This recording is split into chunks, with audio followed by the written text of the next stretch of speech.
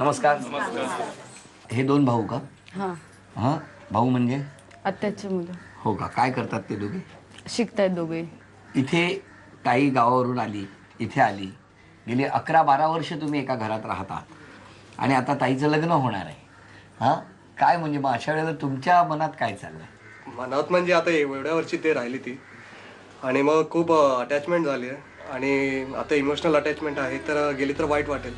तर खरं आहे, कारण तो सहवास आणि त्याचबरोबर त्या भाऊ आणि बहीण यांच्या नात्यातल्या त्या आठवणी.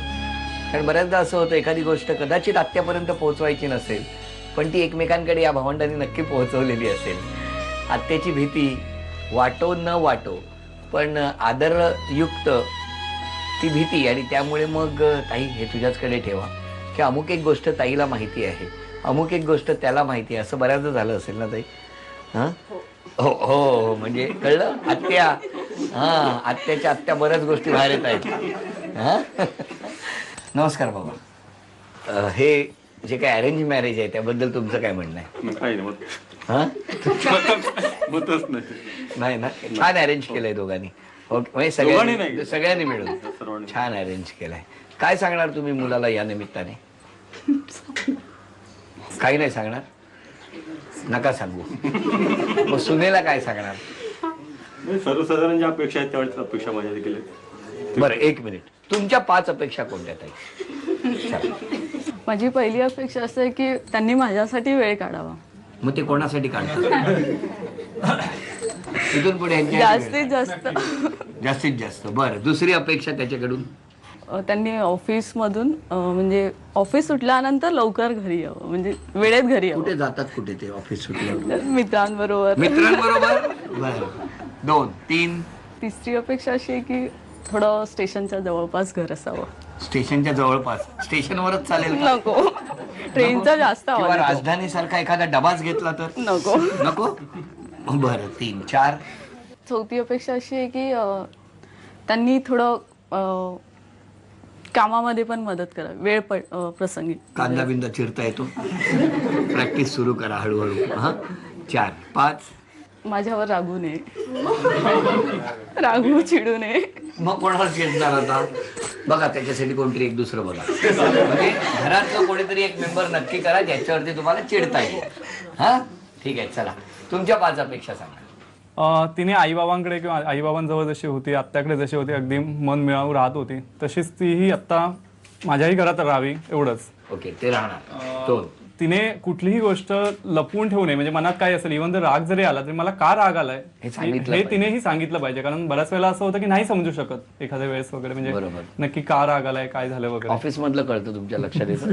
कोणी चिडलं असेल, कोणी रागावलं असेल ते समजतं फोन आपटल्यावरती. 2, 3.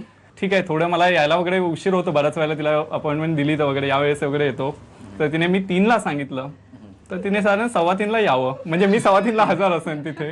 कळलं? तुम्ही 3:30लाच जात जा. 15 मिनिटं लवकर येऊन त्यांना थांबू द्या. हां, 3, 4.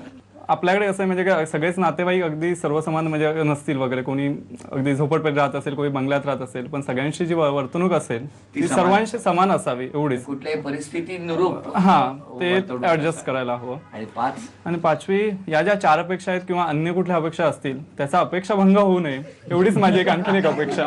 म्हणजे ते बॉस इज ऑलवेज राईट.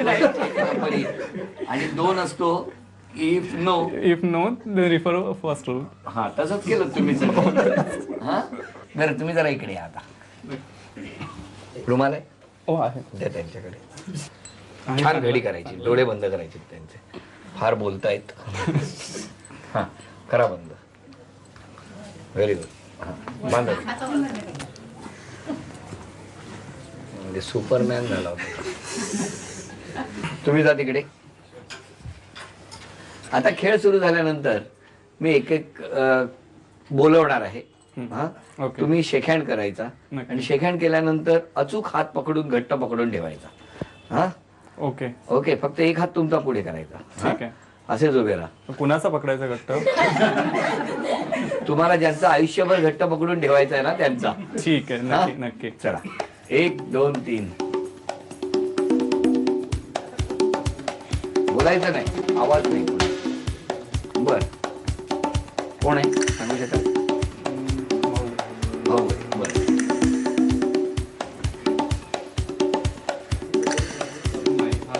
आताच मुलगा असावा.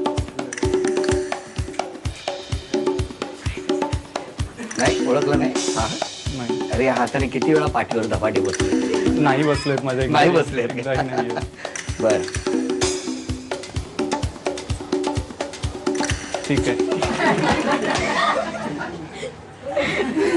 थांबा थांबा एक मिनिट पट्टी सोडा ना तुमची डोळ्याने. थांबा थांबा दोन्ही हाताने सोडा. वा काय पकडू दे तुम्ही. कारण बराच हा? काय झालं आता हाताने सोडा ना. सवय आता होते कळलं त्याची. आम्हाला आता लग्न झालंय ना. या इकडे जरा इकडे जोरदार टाळ्या तोपर्यंत. म्हणजे किती नाही म्हटलं तरी सुद्धा कळलं सासूबाई काय. एकामेकांची सवय झालेली असते. हा म्हणजे अरेंज केलेलं आहे त्यांनी. कळलं ना. तलाव पाळीवरती हा हात अनेकदा यांनी हातात घेतलेला आहे याचा अर्थ. लव्ह मॅरेज आहे. हा? काय लग्नाची तारीख? 18 मार्च. 18 मार्च. झी मराठी कडून प्रत्येकी 2000 रुपयाचा हा आहे. थँक्यू. 2 आणि आमच्या ताईला दिल्या घरी तू सुखी राहा असं म्हणत झी मराठी कडून ही भेट होत. आणि आमच्या या ताईला तथास्तु पुणे यांच्याकडून ही पैठणी. 18 मार्च ना. 18 मार्च रोजी हे लग्न होणार आहे. आणि आता लग्न करून वेस्टला राहणारी आमची ताई डोंबिवलीत ईस्टला जाणार आहे. हे चला पूर्वेला जाणार पण जवळच आहे.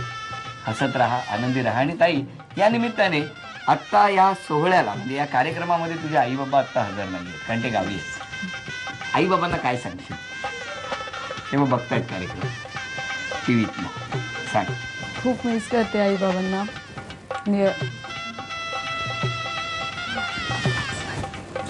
तुमची आठवण आली आई बाबा पण लेकरू सुखात आहे.